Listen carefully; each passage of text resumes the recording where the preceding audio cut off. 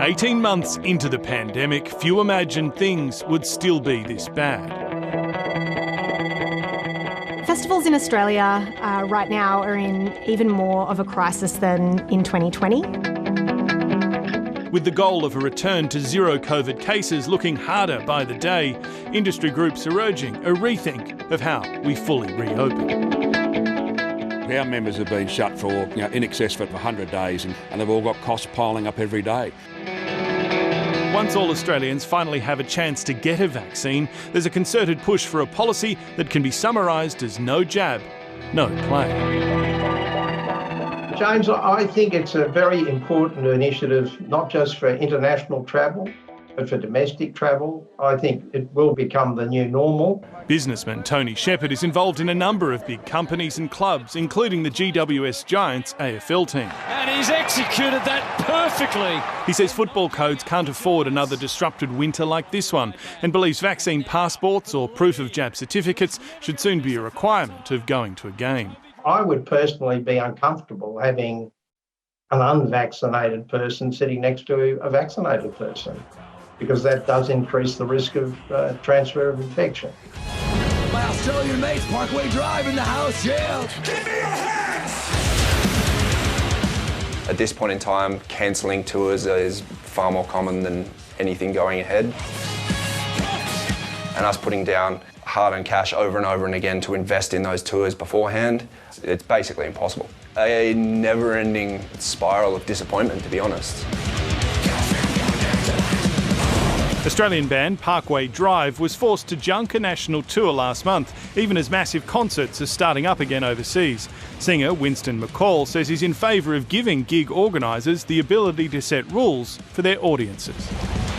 I think it's giving the people who organise these events power and confidence. The person who's putting on an art show, the person who's putting on a music festival, the person that owns a nightclub or anything like that, they are the person that is responsible for the people in their custody at that point in time.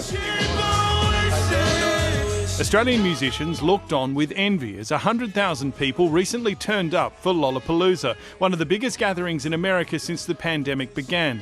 Some believe its safety measures could be copied here. So they required patrons to be vaccinated on entry, or they could have shown a negative test result on entry.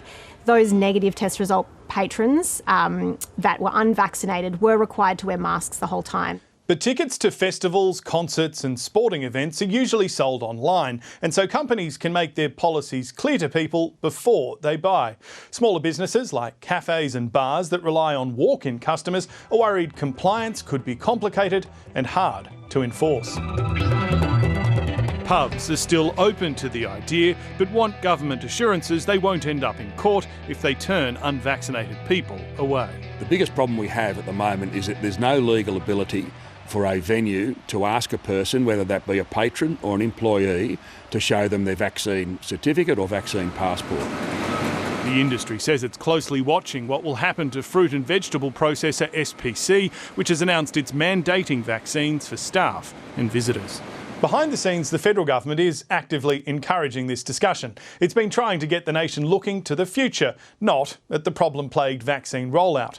Many senior members expect a proof of jab certificate to be required in some circumstances by next year. One has already been developed by the Commonwealth, and internationally recognised documentation will definitely be required whenever overseas travel resumes. The main focus of the government is obviously to make sure that we've got everything prepared when it comes to Australians travelling overseas. There is likely to be organisations and events where they will require proof of vaccination, and that's why what we've done through MyGov will ultimately be important.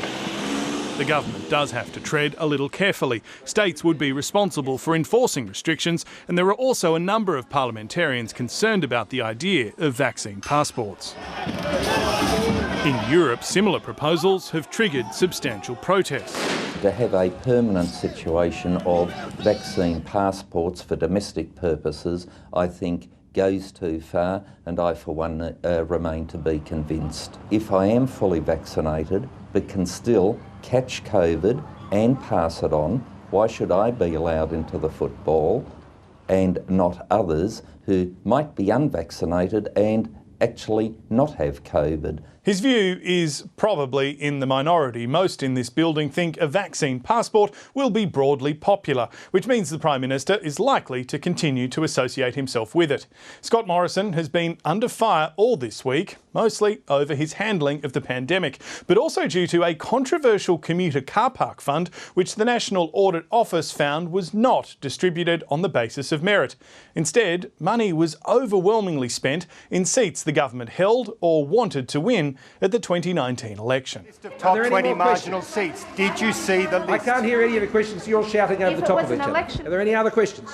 See the list of the top 20 marginals list. I'm very okay with the idea of building car parks. What Australians are getting are more car parks. Australians are the winners. Thanks very much. But only a couple of car parks have actually been built. You put taxpayers' money into coalition-held seats. And for the second time in 2 days, a senior member of the government walked away from questions about pork barrel.